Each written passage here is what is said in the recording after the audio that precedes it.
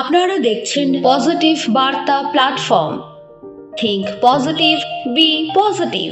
নমস্কার, পজিটিভ বার্তার বিকাশ টকশে আপনাদের আবারও অনেক অনেক স্বাগত। আমরা চলে এসেছি প্রতিদিনের মতো আবারও একটি নতুন অনুষ্ঠান নিয়ে আপনাদের সঙ্গে আলোচনা করব, কথা বলবো বলে। চোখ রাখুন পজিটিভ বার্তার ফেসবুক লাইভ এবং পজিটিভ বার্তার ইউটিউব চ্যানেলে। আজকে আমরা কথা বলবো একজন প্রতিভাবান মহিলা রাইটার, যিনি তার মনের গভীরতা থেকে লেখা কবিতার মাধ্যমে আমাদের হৃদয় ছুঁয়ে যান। তার প্রতিটি কবিতা যেন জীবনের নানা রং আর অনুভূতির গল্প বলে। চলুন আজকে উনার সৃষ্টি থেকে কিছু বিশেষ কবিতা আমরা শুনে নেব। তার আগে আমরা চলুন উনার সাথে পরিচয় করে নেব। নমস্কার ম্যাডাম। নমস্কার। পজিটিভ বার্তা প্ল্যাটফর্মে আপনাকে অনেক অনেক স্বাগত। ধন্যবাদ, আপনাকে অনেক ধন্যবাদ পজিটিভ বার্তায় আমাকে কিছু বলার বা কবিতা পাঠ করার সুযোগ দেওয়ার জন্য। ধন্যবাদ ম্যাডাম। তো আজকে আমাদের মধ্যে উপস্থিত আছেন আমাদের সঙ্গীতা গুপ্তা ম্যাডাম। তো আমরা ওনার সাথে চলুন কিছু কথা বলবো এবং ওনার কবিতা শুনে নেব এবং আরো জানবো উনি একজন স্কুল শিক্ষিকা। ওনার সম্পর্কে আরো কিছু জেনে নেব আমরা। স্কুলের বাচ্চাদের মূল্যবোধ কিভাবে উনি শেখান বা আগামী প্রজন্মের জন্য কিভাবে উনি বার্তা দেবেন। তো চলুন আমরা ম্যাডামের কাছ থেকে জেনে নিই ম্যাডাম কিভাবে কবিতা এবং লেখালেখির জগতে এলেন, একটু জেনে নিই। চলুন। আমি যখন ক্লাস 11-এ পড়ি তখন আমার দাদা, উনি একজন বিশিষ্ট কবি, ত্রিপুরার বিশিষ্ট কবি শ্রী কল্যাণ কুমার গুপ্ত। উনি আবার ত্রিপুরা রবীন্দ্র পরিষদের সম্পাদক ছিলেন। দাদার কবিতার বইগুলো আমি পড়তাম, তখন পড়তাম অনেকদিন আগে থেকেই পড়তাম। তারপর আমার খুব ইচ্ছে হলো, দাদাকে একদিন জিজ্ঞেস করলাম তুমি কিভাবে কবিতা লেখো। তখন দাদা বললো তুইও ট্রাই কর, পারবি, তুই আমাকে লিখে লিখে দেখা। সেদিন থেকে আমি যখন ক্লাস 11-এ পড়ি তখন থেকে আমি লিখতে শুরু করলাম। লিখে লিখে আমি দাদাকে দেখাতাম। দাদা বলতো বাহ, বেশ তো হয়েছে, এবার তুই চালিয়ে যা। সেই শুরু হলো আমার কবিতা লেখা। বাহ, এটাই। তারপরে তো লিখতে লিখতে তারপর কলেজে গেলাম। কলেজের ম্যাগাজিন গুলো তো বেরোতো কলেজে, সেখানেও লিখতাম। তারপর বইমেলাতে কবিদের জন্য কবিতা পাঠের সুযোগ দেওয়া হতো, যেটা এখনো চলে আসছে। প্রথম আমি চিলড্রেন্স পার্কে, সেই বহু বছর আগে যখন আমি কলেজে পড়ি, চিলড্রেন্স পার্কে আমি কবিতা পাঠ করার সুযোগ পেলাম বইমেলার অনুষ্ঠানে। তারপর থেকে এখনো চলছে, সেই স্বরচিত কবিতা লিখছি, নিজে লিখছি। কখনো আমি ছোট ছোট প্রবন্ধও লিখি, আবার আর পাশাপাশি ধরেন মাঝে মাঝে একটু গান বাজনা করি। এই চলছে। স্কুলের শিক্ষকতা আছে, পড়াই বাচ্চাদেরকে, ভালো লাগে পড়াতে। ওদেরকেও বলি তোমরা একটু কবিতা লেখো, চেষ্টা করো, আমাকে 2 লাইন 4 লাইন করে লিখে লিখে দেখাও। তারপর দেখবে ছন্দে ছন্দে মিলিয়ে কিভাবে কবিতা লিখতে হয় তাও আমি ওদেরকে ক্লাসে ক্লাসে বলি।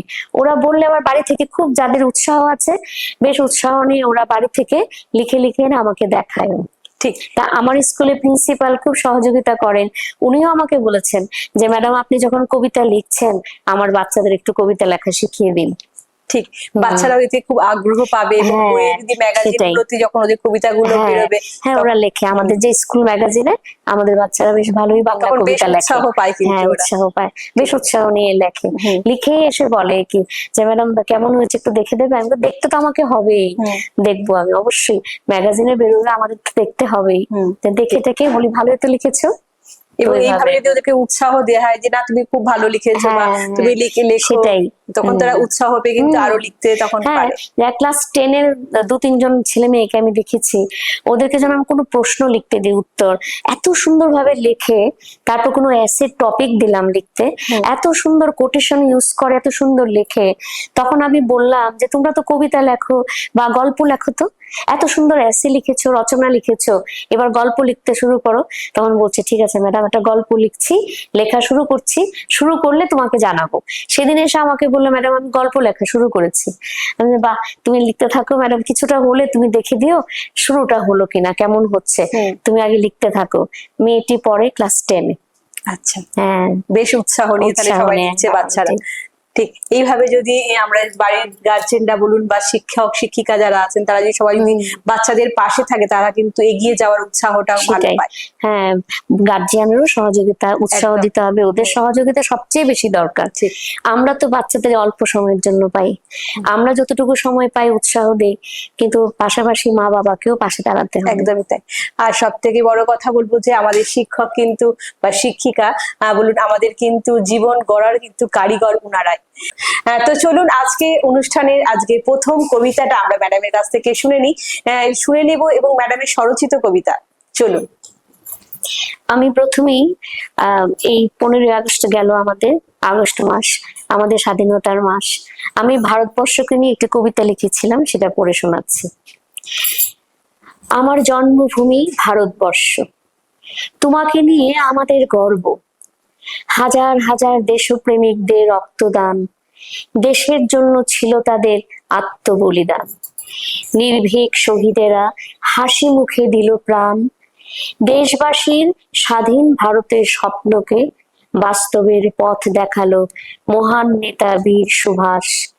জয়ের টিকা পরালো তোমায় মাস্টারদা সূর্য সেন আর ক্ষুদিরাম। ভয়মুক্ত হৃদয়ে তারা কঠিন শিকল ছিন্ন করেছে। প্রতিবাদের ঝড় উঠিয়ে শোষকের দম্ভকে উপেক্ষা করে সাহসী যোদ্ধারা প্রতিনিয়ত সংগ্রাম চালিয়ে গেছে। তোমার তেরঙ্গা পতাকা ভারতবর্ষের গৌরব, তার মর্যাদা রক্ষায় আমরা জীবন দিতে প্রস্তুত। স্বাধীন ভারতবর্ষ আমাদের ভালোবাসার পীঠস্থান, প্রেম প্রীতি ভালোবাসা এখানে নিত্য প্রবাহমান। স্বাধীনতা তোমাকে পেয়ে অনুভবে স্বর্গ সুখ পেয়েছি। আত্মনির্ভর ভারতের চেতনায় উদ্বুদ্ধ আজ ভারতবাসী। প্রেম প্রীতি ভালোবাসা ও সম্প্রীতি আমাদের ভারতের অগ্রগতির মূল চাবিকাঠি।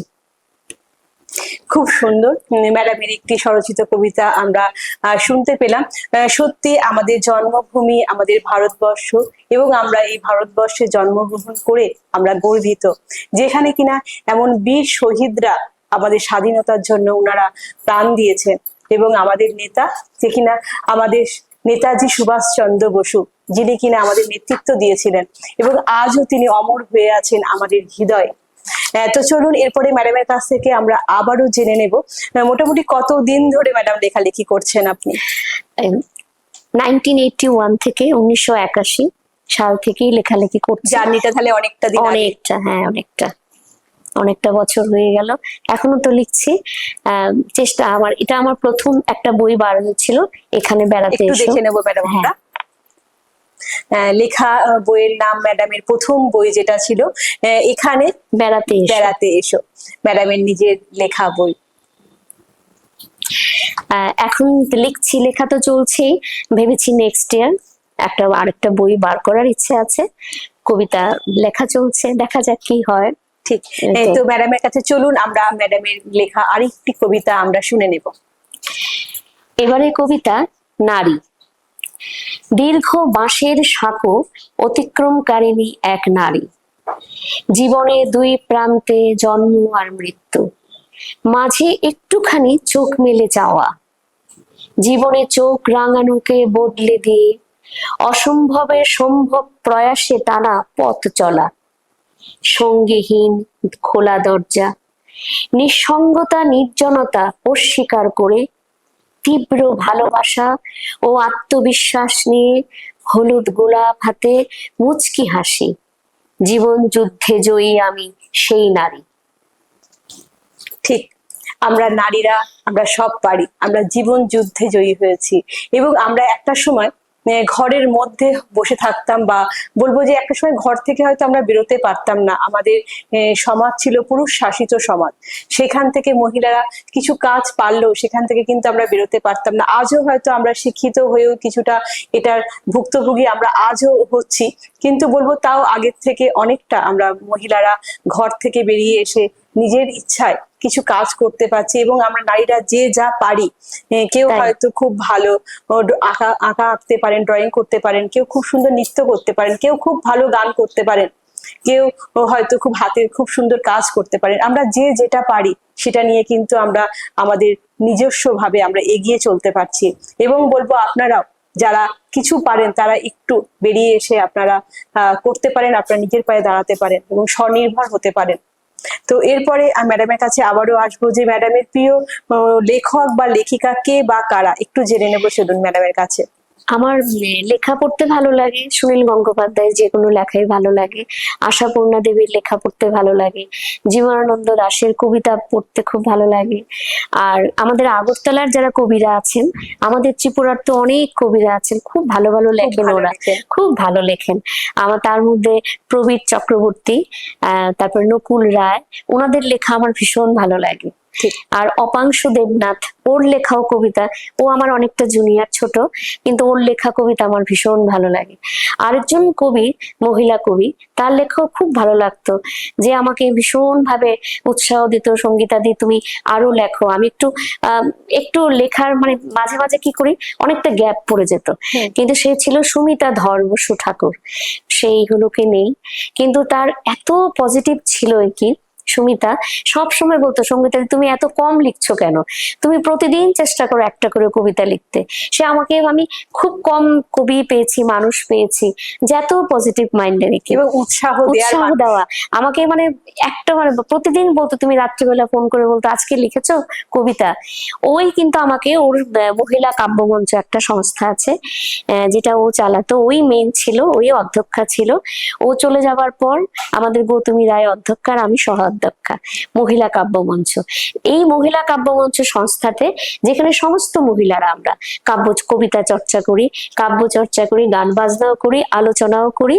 একমাত্র ত্রিপুরাতে এটাই একমাত্র আছে যেটা মহিলাদের জন্য একটা সংস্থা, কবিতা চর্চা, মহিলা কাব্যমঞ্চ। যদি কখনো আপনাদের সম্ভব সুযোগ হয়, তাহলে আমরা মহিলা কাব্যমঞ্চ আপনাদের সামনে কিছু কবিতা আমরা পাঠ করতে পারবো। একদম ঠিক। অনেক অনেক স্বাগত আমাদের পজিটিভ বার্তার প্ল্যাটফর্মে আপনাদের সকলকে।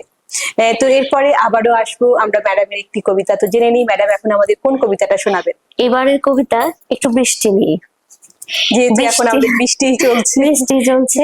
বৃষ্টি ভেজা হৃদয়, সারা রাত বৃষ্টির সঙ্গীত, মনে মেঘ জমেছে, অতীতের আবেগময় স্মৃতি ভেসে উঠছে, আমার মন প্রাণ বৃষ্টির সঙ্গীতে সুর মিলিয়েছে। এই যেন আমার হৃদয় বীণার করুণ সুর, বিরামহীন বাড়ি ঝরা অনন্ত আকাশে হারিয়ে যেতে যেতে আমি যেন লীনা। মনের জানালা দিয়েছি খুলে, সহসা বৃষ্টির ছাট শরীরে ছিটিয়ে দিল সুখের ঘ্রাণ। হারিয়ে যাওয়া স্বপ্ন পেলাম খুঁজে, ওরা এসে ভিড় জমায় জানালায়, ঝরছে ধারা নব নব, সেই ধারার নবীনতা মূর্ছনা নিত্য সৃষ্টি করে মথিত আবেগ, আমারই বৃষ্টি ভেজা হৃদয়। খুব সুন্দর, অনেক অনেক ধন্যবাদ ম্যাডামকে আবারও। তো এরপরে আবারও আসবো আমরা ম্যাডামের কাছে, জেনে নেবো যে কোন ধরনের ভাবনা নিয়ে আপনার লেখালেখি চলে। আমার লেখার মধ্যে সবচেয়ে প্রথম যে ভাবনাটা আসে প্রকৃতি, মানে প্রকৃতি, বর্ষা বৃষ্টি বলুন, বসন্ত ভীষণ টানে আমাকে। বসন্তকাল এলেই মনে, তখন আমার ভীষণ কবিতা লেখার আগ্রহটা বেড়ে যায়, যেন মনে হয় যে প্রায় কেবলই লিখতে ইচ্ছা করে। শুধু কবিতা না, বসন্তের উপরেও, সেটার উপরে কিছু লিখলাম, প্রকৃতির উপরে, বা কোনো উৎসব, বসন্তে আমাদের কত উৎসব হয়, সেই সমস্ত উৎসবের উপরেও লিখি। ওই সময়টা মানে প্রকৃতি টানে বেশি, তারপরেই আসে প্রেম। এই কারণে তো বসন্তকে ঋতুরাজ বলা হয়, এবং বসন্ত হচ্ছে আমাদের সকলের প্রিয়।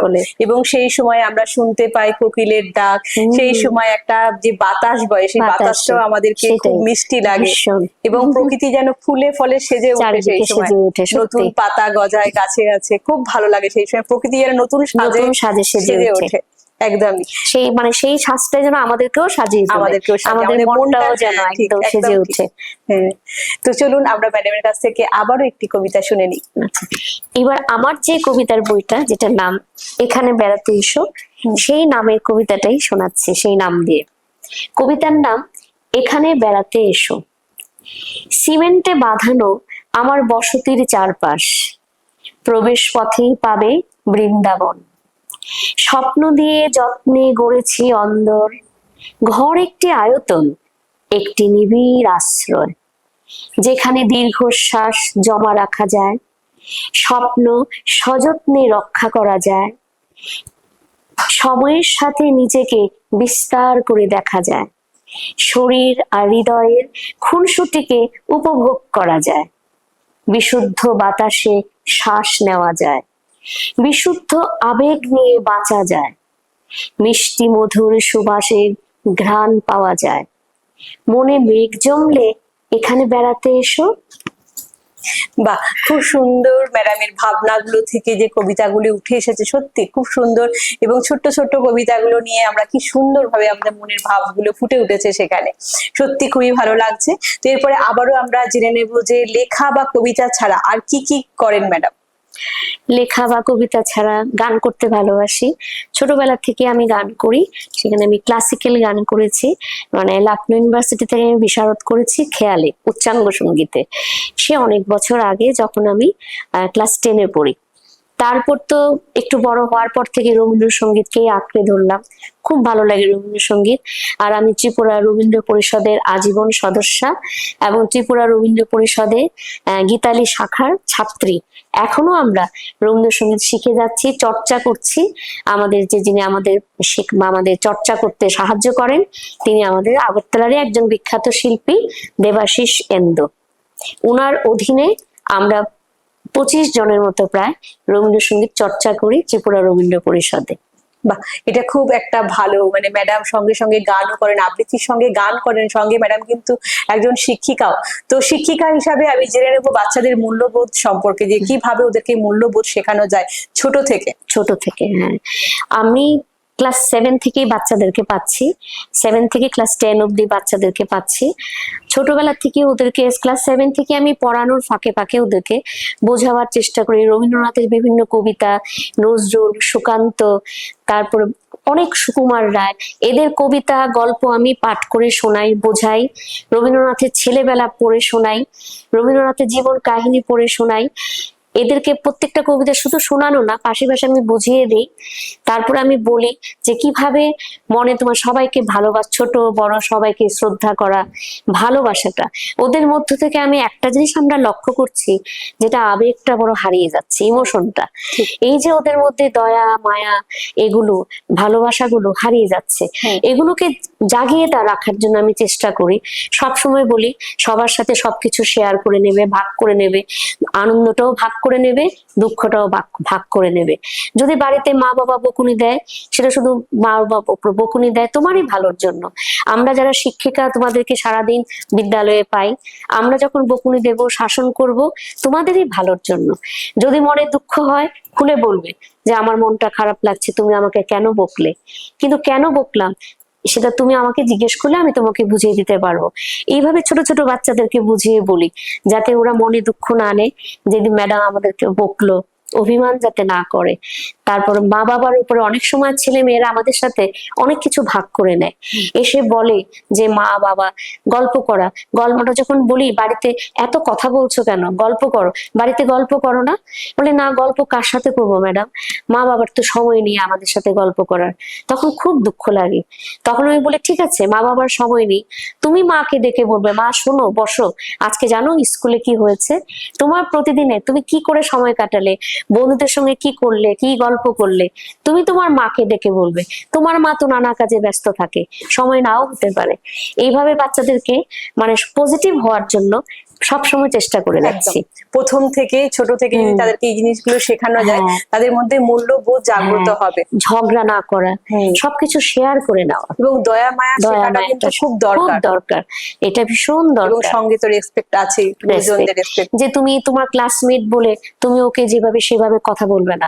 যে তোমার সমবয়সী বড়দেরও শ্রদ্ধা করবে, যে তোমার সমবয়সী তাকেও সেইভাবে সম্মান করতে হবে। ঠিক, যে তোমার থেকে বয়সে ছোট, সে ছোট বলে তুমি তাকে অসম্মান করতে পারবে না, তাকেও তোমার ওর মতো করে সম্মান করতে হবে। যে সম্মানটা প্রত্যেকের জন্য, সম্মানটা দরকার, তবেই তুমি সবার কাছ থেকে সম্মান পাবে, ভালোবাসা পাবে। ছোট বড় সবাইকেই ভালোবাসা সম্মানটা ছোট থেকে ওদেরকে শেখাতে হবে, যেটা দিতে হবে। ঠিক, এবং ভালোবাসাটা খুব দরকার, হারিয়ে ফেলছি আমরা সেই ভালোবাসাটা। সেটাই। হ্যাঁ, তো চলুন, অনেকক্ষণ আমরা গল্প করেছি, এবার একটু আবার কবিতা একটু শুনে নিই ম্যাডামের কাছ থেকে। এবারে আমার কবিতার নাম স্বাধীন নাগরিক। আমরা স্বাধীন দেশের স্বাধীন নাগরিক। শেষ স্বাধীন নবাব সিরাজের পরাজয় যে স্বাধীনতা ছিনিয়ে নিয়েছিল, পরাধীনতার আধারের পথ অতিক্রম করে শত শত জীবনের বিনিময়ে জেগে উঠেছে সোনালী ভোর। স্বাধীনতার রক্তিম সূর্যে মানুষ ফিরে পেয়েছে সজীবতা। দিনের শুরু রামধনু রঙে রঞ্জিত, ভোরের স্নিগ্ধতায় কৃষকের মুখে হাসি, জ্যোৎস্নায় প্লাবিত সবুজ অরণ্য। মনের দৈন্যতাকে দূর করে, মানবতাবাদকে আশ্রয় করে, স্বাধীনতা দিবসের দিনের উদযাপনই হোক জীবনের জয়গান। খুবই সুন্দর। আবার একটি স্বাধীনতা নিয়ে আমরা ম্যাডামের কাছ থেকে কবিতা শুনে নিলাম। তো আমরা অনেকক্ষণই কবিতা শুনলাম, তো ম্যাডামের কণ্ঠে একটি আমরা গান শুনে নেবো এবার। চলুন একটি গান আমরা ম্যাডামের কণ্ঠে শুনে নিই। চোখের আলোয় দেখেছিলে